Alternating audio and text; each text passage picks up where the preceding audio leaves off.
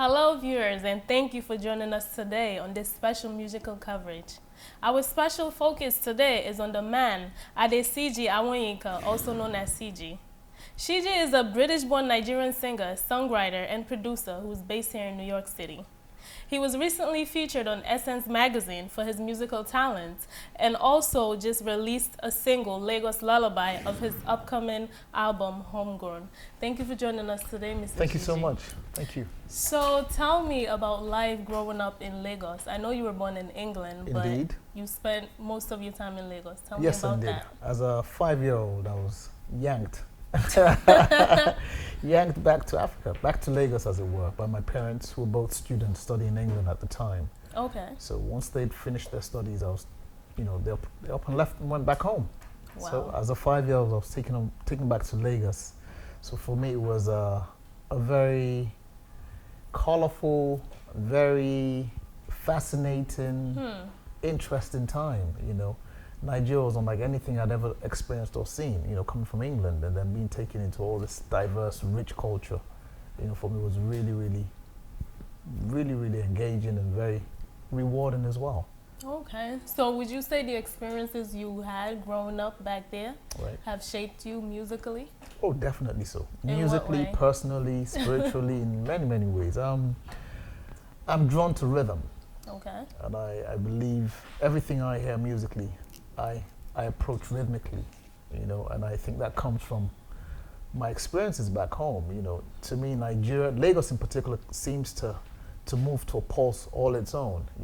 The people, the way they walk, the way they talk, the way they dance, it all seems to be a rhythm and a dance. So for me, musically, I hear rhythm.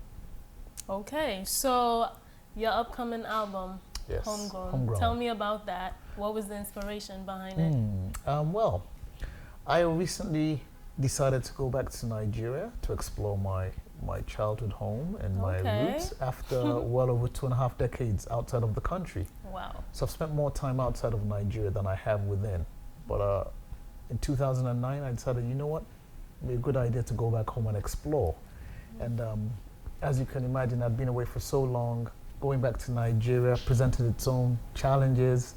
It wasn't the same home I'd left. Obviously, the country had changed, I'd changed, so as they say, you can never go back home, So as you can, it's been a bittersweet experience and a ride for me. So the album Homegrown is a chronicle of all the emotions, all the experiences I went through over the course of my going back home to Nigeria.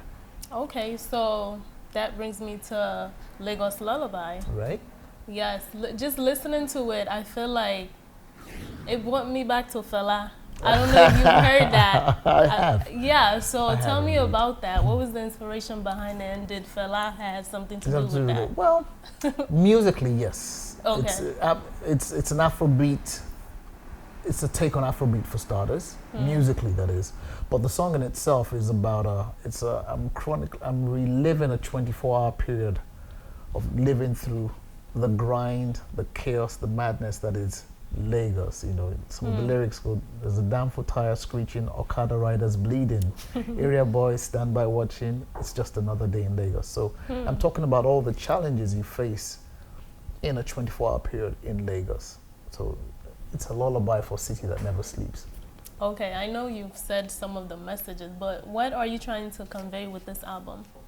The album for me, really, it's all my music is autobiographical in nature.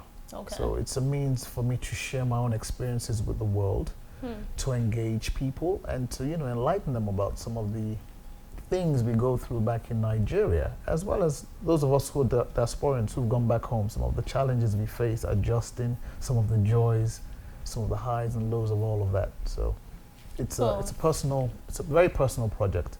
Okay, so speaking of, back home and everything, how would you say the Nigerian musical industry is heading? It's very, very interesting what's going on. The way I see it now, it seems like the youth have found their own voice. Okay. And they're doing their own thing, which is beautiful. But the other thing for me as a musician, this is now, I think we've merely scratched the surface. I think we're too diverse, too funky, too colorful, a set of people to have one groove going.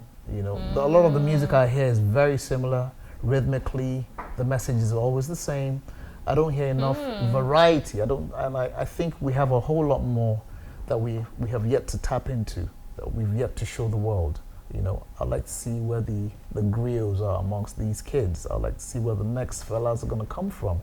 So I think we need to show a whole lot more of what we have. We're merely scratching the surface here, from what I see and what I hear. So, having said that, do you think contemporary Nigerian artists are too influenced by Western culture? To a certain degree, yes. You know, I mean, as of now, it seems they found their own little voice, and they're, you know, throwing some of that back out. But obviously, the influences has always been. I mean, we're an MTV-driven generation, and people have access to whatever's going on in the West. And, you know, of course, American music is very, very, very infectious, and it's shoved down your throat all over the place. So it's hard to see why they're not. For me, it's like the influences are there, you know, but I'd love to see a whole lot more of our own selves in the music. Okay, so having said that, how do you think people can do so? Well, I'm working on a rather fascinating documentary called Elders Corner. Okay. It's a musical journey through the nation's history, but through the eyes of its pioneering and its iconic musicians. Well, these are the founding fathers of the music, of the Nigerian music industry, the old high life greats, the legendary figures no one gets to hear about. I mean, we all hear about Fela, but there's a whole lot more. There were so many more musicians who came before him. But sad as it is, the present generation seem to know nothing about these guys. You know, there's like a huge disconnect, you know. And I'm hoping the film would act as some kind of a catalyst for folks to actually look back and see some of the elders who came before them. And hopefully they can learn. So when is the film going to get released? Early in the new year, I should have it finished. New year, okay. Yes. Looking forward to it. Thank you. Okay, so how do you think artists living here can help back home? In what way? And if so, I know you said you just went back, or you've been going back. How are you using what you learned from here, musically speaking, to teach the ones back home? Yeah. Well, I guess we have to continue to engage each other, you know, immerse ourselves in what's going on out there right now. Okay. And it's a dual exchange, as well as show the world out here what folks are doing back home as well. In the work, in the lyrics, musically, and everything. I think it's a constant exchange that has to take place between both sides of the fence. Those out here and those back there.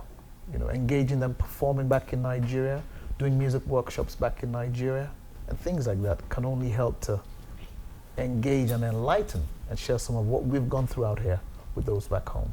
Okay, so besides your album, and your film, of course, what other projects are you currently working on? I'm working on a very, very fascinating film, a series of short films. Okay. A friend of mine, I can't say a whole lot about it just now, but it's a very fascinating, riveting piece.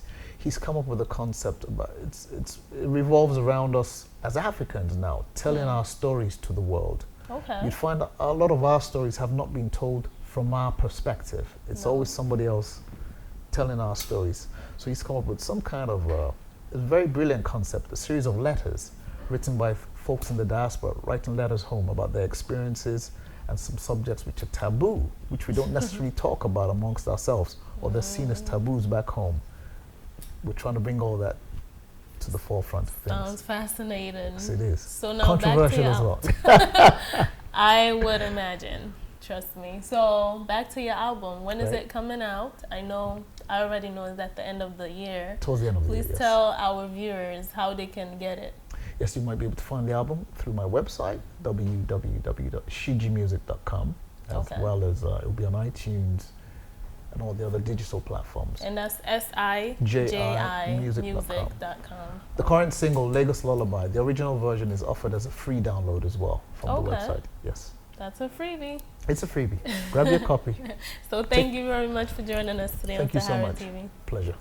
So thank you for watching today. Fatima Sesay for SaharaTV.